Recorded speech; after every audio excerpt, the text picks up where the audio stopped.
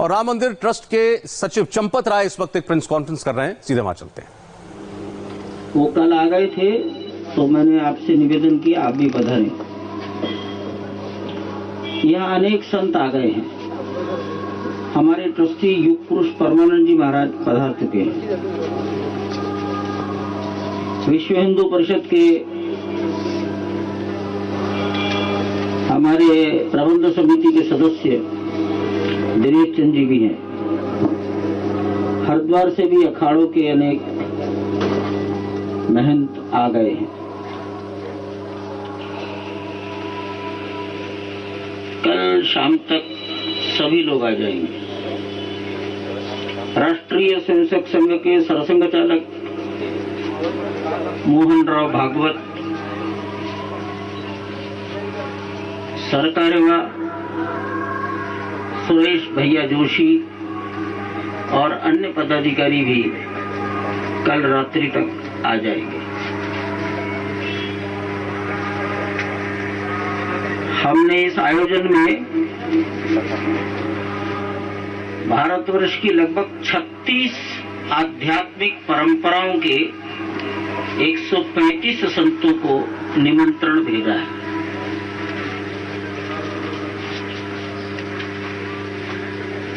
ये आध्यात्मिक परंपराएं लगभग भारतवर्ष के भूगोल का प्रत्येक हिस्सा स्पर्श करती है। नेपाल के संत भी आएंगे।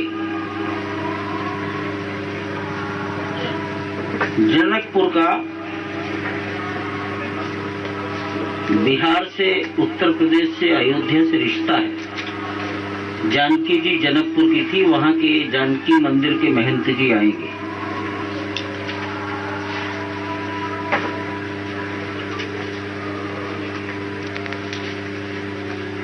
कुछ लोगों ने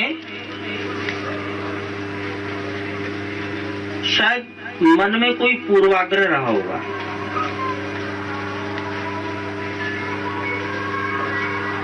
और भिन्न भिन्न प्रकार के सवाल पूछे।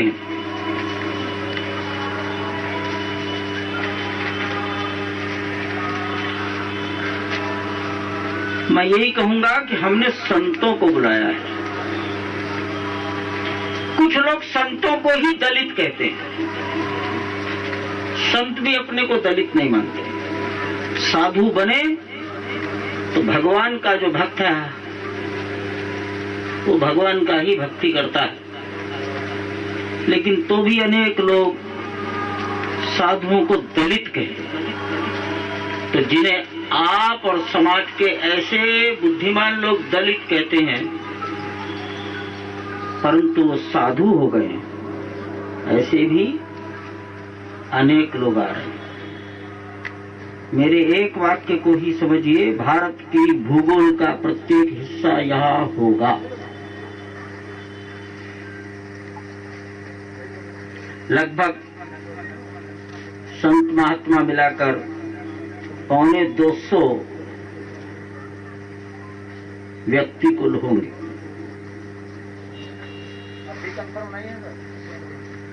हमने इकबाल अंसारी को निमंत्रण दिया है और फैजाबाद के निवासी जिनको पद्मश्री मिला है, फैजाबाद के पत्रकार तो जानते ही होंगे, मोहम्मद यूसुफ, मोहम्मद शरीफ, उनके जिम्मे एक ही काम है, उन्होंने जीवन में स्वीकार किया है, कोई लावारिस लाश उसको उसी की परंपरा के अनुसार उसका अंतिम संस्कार करना। और वो हिंदू मुसलमान नहीं देखते। और मुझे बताया गया है कि लगभग अब तक 10,000 दाह संस्कार वो कर चुके हैं। और केवल इसी सेवा कार्य के लिए वर्तमान सरकार के माननीय प्रधानमंत्री जी ने उनको पद्मश्री प्रदान किया है। ये मेरी जानकारी ठीक है क्या? हमने उनको पद्मश्री होने के नाते, अयोध्या का निवासी होने के नाते उन्हें आमंत्रित किया है। और वो मुझे ये भी कहा गया कि आखिर इसका पैसा कहां से आता है। तो तो मुझे कहा मोहम्मद शरीफ जिसकी दुकान पर जाकर खड़ा हो जाता है वो उसका सारा सामान दे देता, पैसा मांगता ही नहीं उससे। ये केवल आपकी जानकारी के लिए। हमने एक निमंत्रण पत्र छपवा दिया है। इस निमंत्रण पत्र पर एक सिक्योरिटी कोड है।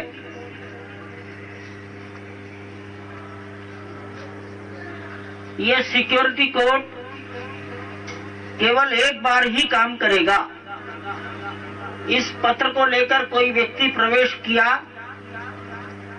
किसी आवश्यक काम से वापस बाहर आ गया गेट के, तो दोबारा सिक्योरिटी कोड काम नहीं करेगा।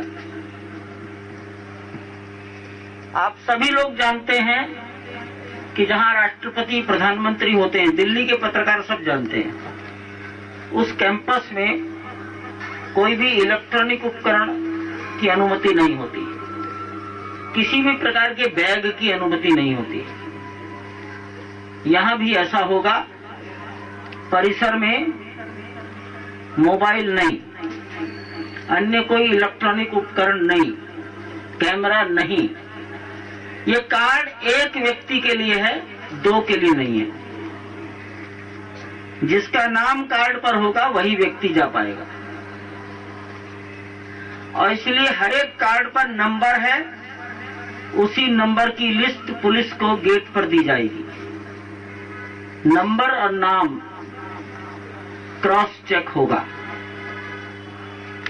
यदि पुलिस कहेगी तो अपना पहचान पत्र भी दिखाना होगा। वो वोटर लिस्ट कार्ड हो सकता है, वो आपका आधार कार्ड भी हो सकता है। यह नॉन ट्रांसफरेबल भी है। आप जानते हैं सब दिल्ली में कोई अपना कार्ड किसी दूसरे को नहीं दे सकता, तो ये नॉन ट्रांसफरेबल भी है। और इसमें मोहन राव भागवत, माननीय गवर्नर आनंदीबेन पटेल और माननीय मुख्यमंत्री जी के नाम का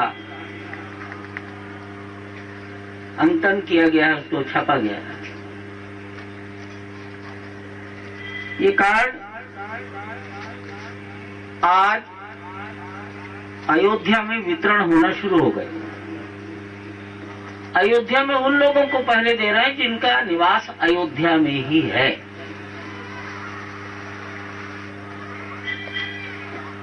बाहर के लोग जैसे जैसे आ जाएंगे तो वो जिस आश्रम में जिस स्थान पर ठहरेंगे उनको उनके कमरे में कल रात्रि में पहुंचा दिया जाएगा। किसी प्रकार का वाहन पास जारी नहीं किया गया है। सभी वाहन रंगमहल बैरियर नंबर 2, वाहनों का प्रवेश पोस्ट ऑफिस का तिराहा, पोस्ट ऑफिस तिराहे से अशरफी भवन की ओर जाना और वहां से एक सड़क संभवतः तोताद्री मठ की बगल से चढ़ती है ना, वो ऊपर को चढ़ती है और फिर वो रामकोट के बैरियर पर पहुंचती है।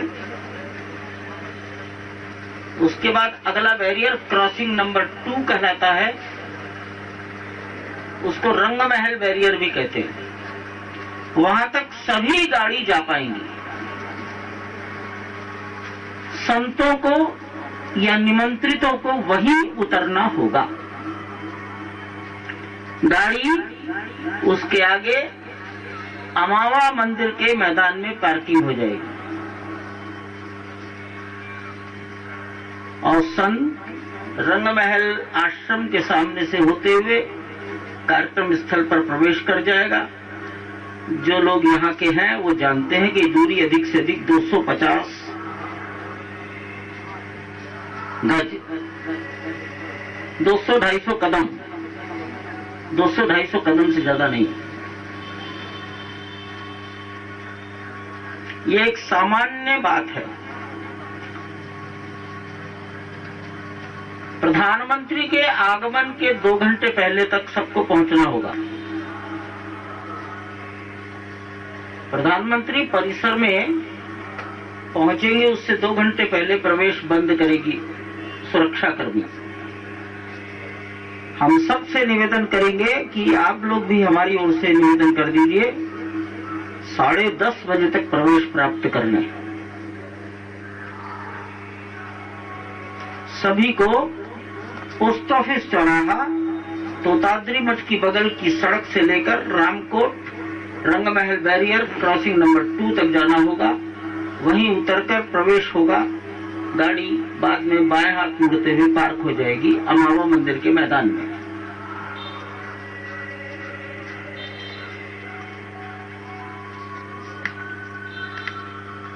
कार्यक्रम लगभग 2 बजे तक चलने की ये अंदाजा, उम्मीद लगाई जा रही है। 2 बजे तक कार्यक्रम पूरा हो जाएगा, ऐसा अनुमान है।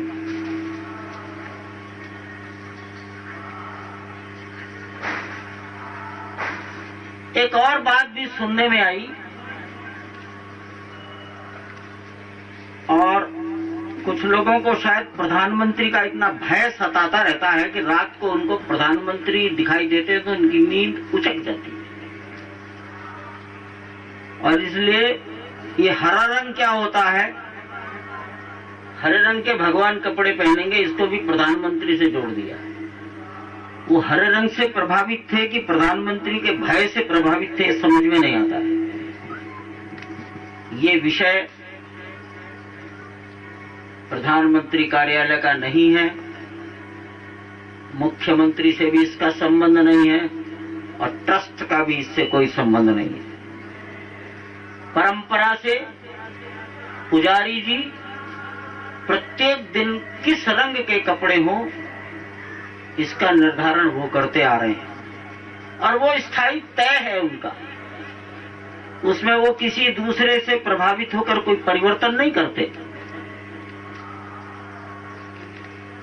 यह है एक विषय, लेकिन अब मैं इस पर और बोलना चाहूंगा। ये चारों ओर पेड़ आपको हरे दिख रहे हैं, क्या इस्लाम दिख रहा है?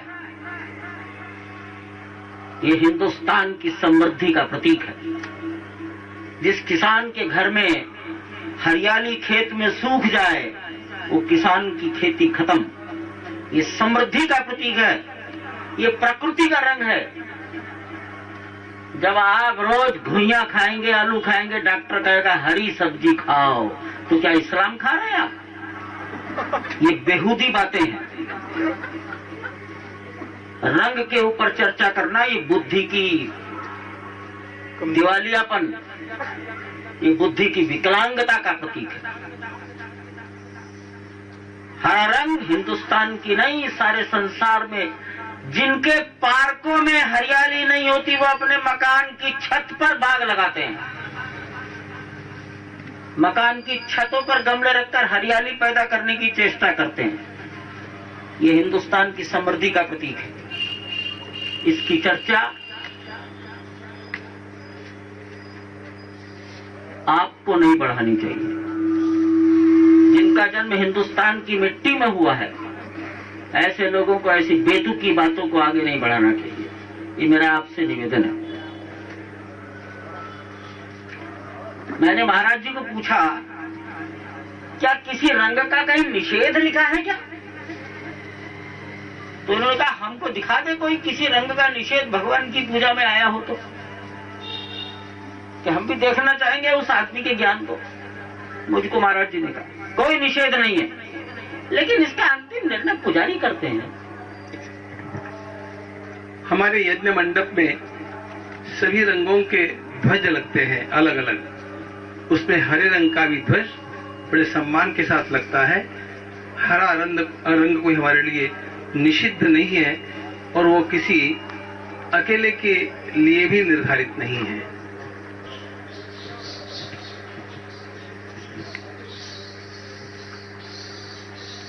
ये योगा योग है।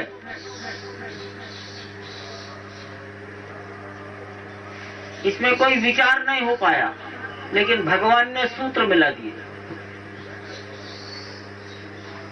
जब पहला लॉकडाउन पूरा हो गया और दूसरे लॉकडाउन के इंस्ट्रक्शंस जारी हो गए, तब ये विचार आया कि अब इस लॉकडाउन के विरुद्ध भगवान की पूजा की जाए, आराधना की जाए, और ये लॉकडाउन हमारे मंदिर के काम में बाधक ना बने, इसका निवेदन परमात्मा से किया जाए।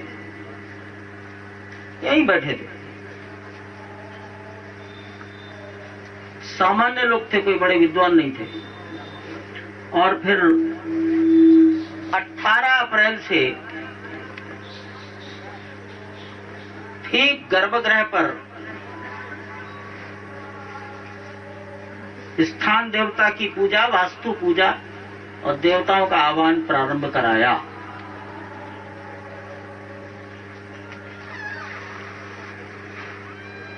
और जून के महीने में लगभग ये बात आ गई कि प्रधानमंत्री 5 अगस्त को आ सकते हैं।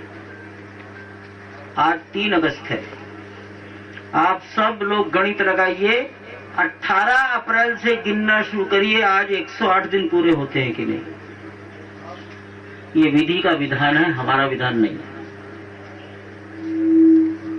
108 दिन से वहां निरंतर स्थान देवता की प्रसन्नता के लिए पूजन और होम किया जा रहा है। 2 बार विष्णु सहस्त्र नाम के, भगवान विष्णु के 1000 नामों से आहुतियां दी गई। एक बार भगवान राम के 1000 नामों से आहुतियां दी गई। ज्येष्ठ मास के बड़ा मंगल के दिन हनुमान जी के 1000 नामों से आहुतियां दी गई हैं। वहां एक दिन रुद्राभिषेक किया गया और एक दिन रामार्चा हुई है। रामार्चा अयोध्या में और वैष्णवों में ज्यादा प्रचलित है, वो जानते हैं 6 से 7 घंटे लगते हैं।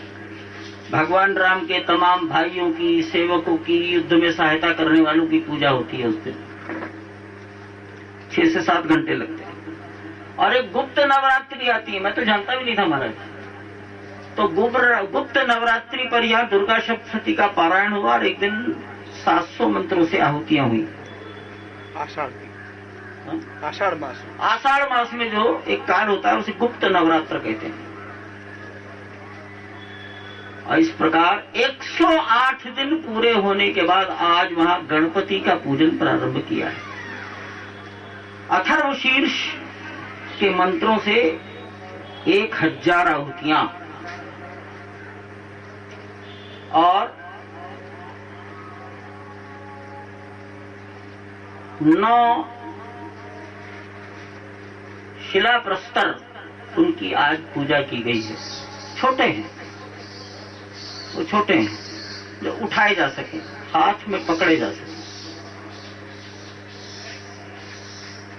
कल देवकाली का, आज छोटी देवकाली का पूजन भी किया गया। छोटी बड़ी दोनों, छोटी और बड़ी देवकाली दोनों का पूजन भी किया गया। कल पुनः रामार्चा होगी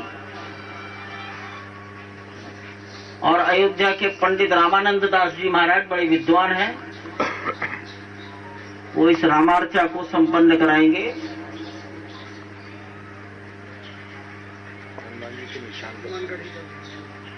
कल मंगलवार है। अयोध्या में कोई अच्छा काम हो तो हनुमानगढ़ी के निशान की भी पूजा होनी चाहिए। हम चाहते थे कि वो निशान हनुमानगढ़ी से चले और शहर के विभिन्न मंदिरों में पूजन होते हुए सरयू पर जाए, लेकिन गद्दी नशीन ने बहुत विवेक से काम लिया और कहा कि कोरोना के इस महामारी में जब निशान निकलेंगे हनुमानगढ़ी के, तो उसके साथ हनुमानगढ़ी के नागा बड़ी संख्या में आ जाएंगे, वो ठीक नहीं रहेगा। और इसलिए हनुमानगढ़ी में ही पूजन करेंगे कल मंगलवार को। और इस प्रकार हम हनुमानगढ़ी के प्रतीक चिन्ह की, पताका की पूजा कल वहां करेंगे। और जन्मभूमि पर जहां आज भगवान विराजमान है लकड़ी के टेम्पररी टेम्पल में, वहां रामार्चा करेंगे।